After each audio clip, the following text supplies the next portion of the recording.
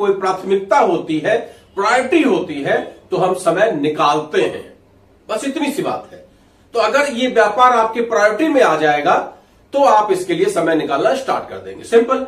अब तीसरा, तुरंत कोई आपसे कहेगा, आपने पूरा प्लान दिखाया, समझाया, पैसे नहीं है, समय नहीं है, आपने क्लियर कर दिया। अब वो आपसे बोलेगा कि कोई सुनता ही नहीं है। अरे भाई, अभी आपने ज्वाइन ही नहीं किया और कोई सुनता नहीं है का फॉर्मूला लगा दिया आपने। तो चलिए उसका भी तुरंत उससे कहिए कि बिल्कुल सर आप सही कह रहे हैं, मेरे साथ भी यही प्रॉब्लम थी कि मुझे ऐसा लगता था कि कोई सुनता ही नहीं है। मैंने भी अपने अपलाइन से यही कहा, तो मेरे अपलाइन ने यह कहा कि पहले तू तो सुन ले भाई, दुनिया को तो बाद में सुनाना, पहले तुम तो सुन लो। हम दुनिया को सुधारने निकले हैं और खुद बिगड़े हुए हैं, काम चलेगा क्या? नहीं चलेगा। पहले खुद तो सुधरे। तो पहले आप सुनिए। जब आप सुनेंगे, आप सिस्टम को समझेंगे, आप पैसा कमाना चाहेंगे, आप अपने ड्रीम फुलफिल करना चाहेंगे, आप अपने समय को मल्टीपल करना चाहेंगे, तो जाहिर सी बात है कि इस दुनिया में जो भी इंसान आपके टच में है वो भी इंसान ही है। उसको भी पैसे चाहिए, उसकी भी नीड है, उसकी भी आवश्यकता है, उसके भी ड्रीम्स हैं, वो भी समय को मल्टीपल करना चाहता है। अगर सही तरीके से उसको बताया जाए तो क्यों नहीं सुनेगा? लेकिन पहले आप तो स्टार्ट हो। पहले हम खुद ही अपने आप को स्टार्ट नहीं कर रहे और पहले से बहाना करके बैठे हैं कि कोई सुनता नहीं है। तो ये तीसरा बहाना हो गया। पहला क्या था? पैसे नहीं है। दूसरा क्या था? समय नहीं है। तीसरा क्या? कोई सुनता नहीं है। ये पार्ट 1 है वीडियो का। आप पार्ट 2 भी जरूर देख लीजिएगा, क्योंकि होता क्या है, वीडियो लंबा हो जाता है तो मुझे मजबूरी में पार्ट 1 और पार्ट 2 करके बनाना पड़ता है। कल का वीडियो अगर आपने न देखा हो, फॉलोअप वाला, वो भी देख लीजिएगा, बहुत बेहतरीन। इसी कॉन्सेप्ट पे डायरेक्ट सेलिंग में फॉलोअप कैसे करें, और फॉलोअप ही मास्टरमाइंड है जो आपको सक्सेस का रास्ता दिखाता है, इसलिए फॉलोअप नितांत आवश्यक है। चलिए आगे बढ़ते हैं। आपके पास ऑब्जेक्शन आता है, ये काम मेरे लायक नहीं है। आप लोगों के पास जाते हैं, उनको प्लान दिखाते हैं, अपलाइन से मिलवा भी देते हैं, सेमिनार भी अटेंड करा देते हैं, मीटिंग भी अटेंड करा देते हैं। सारा कुछ हो जाने के बाद वो बंदा आपसे कहता है कि भाई हमने आपके काम को पूरा समझ लिया, लेकिन ये मेरे लायक काम नहीं है, मेरा स्टेटस इससे मैच नहीं करता है, मैं इस काम को नहीं कर सकता। अब वहां आपको ऑब्जेक्शन नहीं करना है, किसी भी चीज में ऑब्जेक्शन नहीं करना है। उस व्यक्ति को, जो नया व्यक्ति है, उसको यही बच्चा समझ के रखना है। बच्चे को आप जितना जिस चीज के लिए मना करेंगे उतना ही वो काम करता है। इसलिए तुरंत उससे कहिए आप बिल्कुल सही कह रहे हैं। एफर्मेटिव, जैसे ही आप एफर्मेटिव आएंगे वैसे ही उसका ठंडा होता है जोश।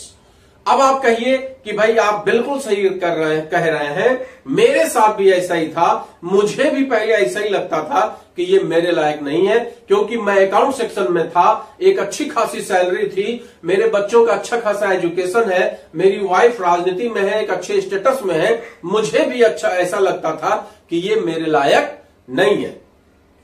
लेकिन जब मेरे अपलाइन ने मुझे समझाया कि ये आपके ही लायक काम है, आपके जैसे व्यक्ति के लायक ही काम है, तो मैंने उनसे पूछा कि कैसे।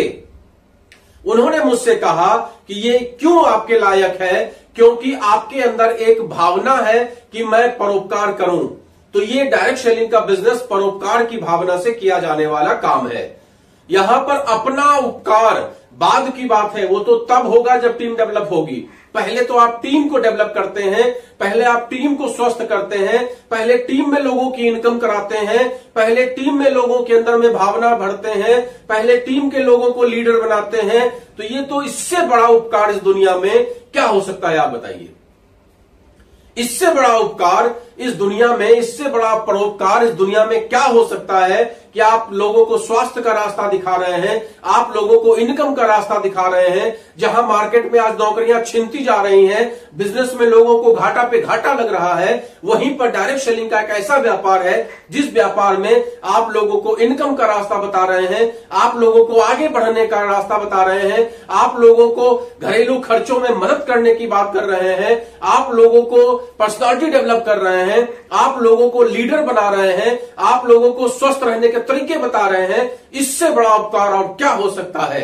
अगर आपके मन में 1% भी परोपकार की भावना है, तो इससे बेहतर दुनिया में कोई काम नहीं हो सकता। इसलिए ये काम उन्हीं लोगों के लिए है जिनके अंदर में परोपकार की भावना है। तो यहीं पर बात खत्म हो गई।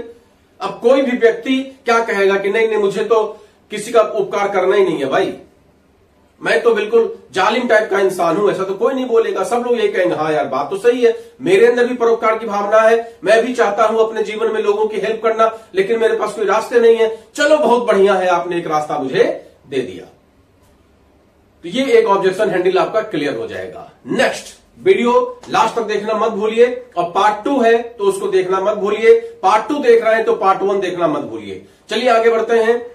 अगला ऑब्जेक्शन आता है, घर वाले मना कर रहे हैं। बिल्कुल सही बात है, घर वाले तो मना ही करेंगे, घर वाले तो मना ही करेंगे, क्योंकि कई जगह लगा लगा के पैसा आपने अपने आप को बर्बाद कर लिया है, घर वालों की इच्छाओं को आपने मारा है, आपने उनके हक का पैसा किसी ऐसी कंपनी में लगा दिया जहां 2 का 4 हो रहा था।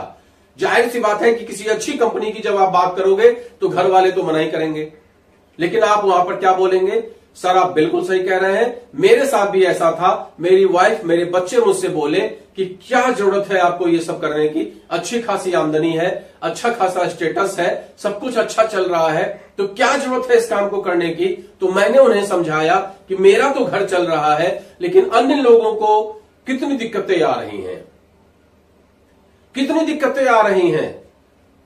तो लोग समझते हैं इस बात को कि हां बात तो सही है। जो हमने आपको पीछे बताया, परोपकार की भावना। और घर वाले क्यों मना करते हैं, उसके पीछे भी लॉजिक होता है। पहला लॉजिक हमने आपको बताया कि ज्यादातर लोगों ने पैसे डुबो दिए हैं किसी ऐसी कंपनी में जो पैसा लेकर भाग चुकी है। मनी सर्कुलेशन टाइप की कंपनियों में, प्लॉट वाली कंपनियों में, अनाप बहुत सारी कंपनियों में। तो वहां लोगों को, जो घर वाले होते हैं, उन्हें यह डाउट रहता है कि कहीं ये बंदा फिर से तो किसी चक्रव्यूह में नहीं फंस गया। दूसरा कि जब आप प्लान दिखाने जाते हैं तो उस व्यक्ति से डायरेक्टली आप बात करते हैं, उसके परिवार वालों से आप बात नहीं करते। जबकि डायरेक्ट सेलिंग का रूल यह कहता है कि आप जब किसी के घर प्लान दिखाने जाते हैं तो उसके पत्नी को भी साथ में बिठाइए, उसके बच्चों को भी साथ में बिठाइए, उसके पेरेंट्स हैं तो उनको भी साथ में बिठाइए, उनके भाई और भतीजे वहां रहते हैं तो उनको भी साथ में बिठाइए, एक साथ सबको क्लियर करिए। भाई आपकी तो उतनी ही एनर्जी लगेगी, लेकिन एक बार में जब सबको पॉइंट क्लियर हो जाएगा, जब सबको समझ में आ जाएगा कि भाई ये साबुन हम कहीं से लाते थे, अब इस साबुन के बदले में हमें ये साबुन लाना है, इस साबुन में मेरे पैसे जा रहे थे और इस साबुन से मेरे पास पैसे आने वाले हैं, तो किसको बुरा लगता है। वाइफ तुरंत सोचेगी कि ये क्रीम लगाने से पैसे जा रहे थे 500 रुपए पर मंथ, और ये क्रीम लगाने से 1000 रुपए पर मंथ आने वाला है, तो ये क्रीम बेटर है कि ये क्रीम बेटर है, तुरंत समझ में आ जाएगा। तब घर वाले मना नहीं करेंगे। तो यहां 2 बातें हमने आपको बताने का प्रयास किया जो आप उनसे बिल्कुल क्लियर कर सकते हैं, और अपने आप को भी उसी हिसाब से आप चेंज कर सकते हैं कि जब भी प्लान दिखाने जाइए पूरे परिवार को एक साथ बिठा के पूरा प्लान दिखाइए। नंबर लास्ट फिर से आपसे कह रहा हूं, यूट्यूब पे वीडियो देख रहे हैं तो आप इसको सब्सक्राइब कर लीजिए, फेसबुक पे देख रहे हैं तो फॉलो कर लीजिए, और लाइक कमेंट करना मत भूलिए। और अगर आप पार्ट 2 देख रहे हैं तो पार्ट 1 को जरूर देखिए, क्योंकि पार्ट 1 से स्टार्ट है, पार्ट 2 तक आया है। पार्ट 2 जरूर देखिए, लेकिन पार्ट 1 भी देखिए, लिंक डिस्क्रिप्शन में आपको मिल जाएगा। तो लास्ट आता है ऑब्जेक्शन, मुहूर्त का इंतजार।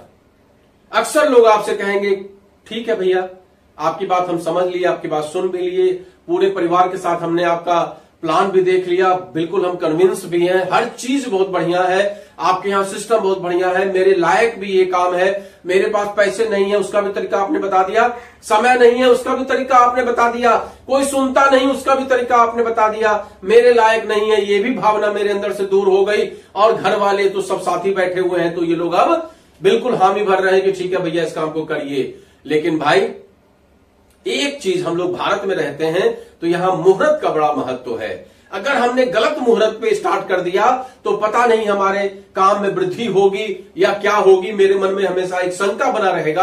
तो भाई मुहूर्त का इंतजार कर लेते हैं, कल पंडित जी को बुला के मुहूर्त देख लेते हैं, और जब मुहूर्त अच्छा लगेगा तो इस काम को स्टार्ट कर लेंगे, ये आपसे वो बोलेगा।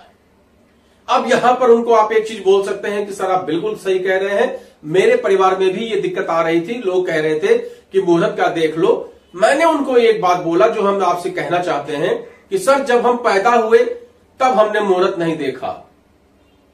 परमात्मा की जब कृपा हुई हम पैदा हो गए, और जब हम गए इस दुनिया से तो भी हमने मुहूर्त नहीं देखा, मुहूर्त देख के नहीं गए। जब परमात्मा की कृपा हुई, जब हमारा काम इस दुनिया में खत्म हो गया तो हम भी इस दुनिया से चले गए। यही जीवन का सत्य है। न आने का पता, न जाने का पता, न आने का मुहूर्त, न जाने का मुहूर्त, लेकिन बीच में जितने काम हो रहे हैं उसके लिए हम लोग मुहूर्त तलाश रहे हैं। मुहूर्त तलाश रहे हैं। मुहूर्त मत तलाशिए। किसी भी अच्छे काम को जितनी जल्दी हो सके उसको एक्सेप्ट करिए, और जितने बुरे काम को जितने दिन तक टाल सके उतने दिन तक टालिए। यही एकमात्र जीवन का सिद्धांत है। इसमें किसी मुहूर्त की आवश्यकता नहीं है। अगर आपको ये काम पसंद आया है, अगर आपको लगता है कि ये परोपकार का काम है, अगर आपको लगता है कि आपके जीवन में इसकी वजह से परिवर्तन आ सकता है, तो आज और अभी इस काम को स्टार्ट करिए। कोई मुहूर्त देखने की आवश्यकता नहीं है, क्योंकि हमने सिंपल शब्द में आपको बताया कि न आने का पता, न जाने का पता, न आने में मुहूर्त देखा, न जाने में मुहूर्त देख पाओगे। घोड़ी पे चढ़ते हुए, शादी के लिए जाते हुए दूल्हा पहुंच कहीं और गया। सब लोग जानते हैं, पेपर में पढ़ते हैं क्या मुहूर्त था। पंडित जी ने तो बहुत बढ़िया मुहूर्त देखा, लेकिन मुहूर्त उसका कहीं और का था। पंडित जी कहीं और का देख रहे थे। तो न आने का पता, न जाने का पता, न आने का मुहूर्त, न जाने का मुहूर्त, लेकिन बीच के सारे काम का मुहूर्त, मुहूर्त, मुहूर्त। मत देखिए मुहूर्त। अगर आप अच्छा काम करेंगे तो परमात्मा की कृपा होगी, और परमात्मा में सब आते हैं, राहु केतु सारा कुछ। आप पर हनुमान जी की भी कृपा होगी, विष्णु जी की भी कृपा होगी। परमात्मा में सब हैं। अच्छा काम करिए, और अगर बुरा काम है तो उसको टालते चले जाइए। अगर आपको लगे कि मेरे इस काम से किसी का अहित हो रहा है तो उसको जीवन पर्यंत टालते चले जाइए। कभी मत करिए उस काम को। लेकिन अगर आपको लगता है कि इस काम से हित होगा तो तुरंत स्टार्ट हो जाइए। यह है मुहूर्त। तो ज्यादा मुहूर्त का इंतजार नहीं करना है, फटाफट काम को स्टार्ट करना है। तो अगर आपको ये वीडियो अच्छा लगा है, मैंने ऑब्जेक्शन हैंडल के ऊपर आपको 3 और 3 6 पॉइंट दिए हैं। पहला आपको दिया पैसे नहीं है, दूसरा दिया समय नहीं है, तीसरा दिया कोई सुनता नहीं है, चौथा दिया मेरे लायक नहीं है, पांचवा दिया घर वाले मना कर रहे हैं, और छठा दिया मुहूर्त का इंतजार मत करिए। अगर आपको ये वीडियो अच्छा लगता है, आपको भी ये सब दिक्कतें आती हैं, तो लिखिए यस, मुझे भी सर ये सब दिक्कतें आती हैं, लेकिन आपके वीडियो के बाद से मुझे ये समाधान मिला है और मैं आपका शुक्रगुजार हूं। ऐसा करके लिखिए, मुझे भी खुशी मिलेगी। नमस्कार।